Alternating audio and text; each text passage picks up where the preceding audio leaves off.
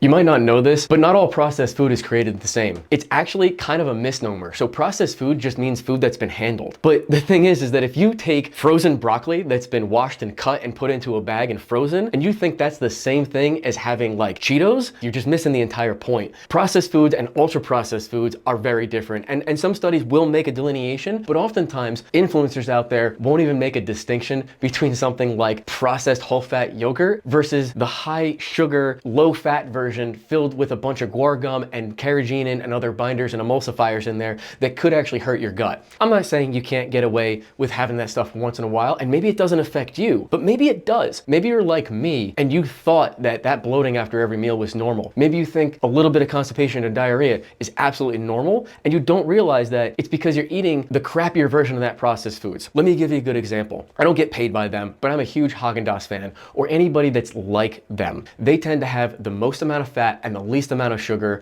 of any of the commercially available ice creams. And so the reason I go for that as opposed to like Breyers or something like that, to call them out specifically, is because for me personally, when I ate that stuff, my blood sugar would jump up higher because it was lower in fat. And so it wasn't the total calories that made a difference. It was how my health was affected based on the quality of that food. Certain types of ice cream will have different types of binders and gums in them to make them have a better mouthfeel or have a better texture. Personally, I actually don't even like that texture. And for me and a lot of other people out there, it causes gastrointestinal upset. And so they might think, oh, I can't have ice cream, but no, they can't just have the cheap ones filled with a bunch of additives and crap in it. If they have like real ice cream or homemade ice cream, they can have it no problem. I don't want you guys to get confused here. All processed food is not the same. Ultra processed food is different than processed foods. And then even when you talk about ultra processed foods, like something like stereotypical as ice cream, even that has a hierarchy. Depending on your personal health and your personal needs, certain things in those could be affecting your health to the point where you can't consume them at any safe level. The only way to know is to try it. Add it back into your diet after taking it out after a period of time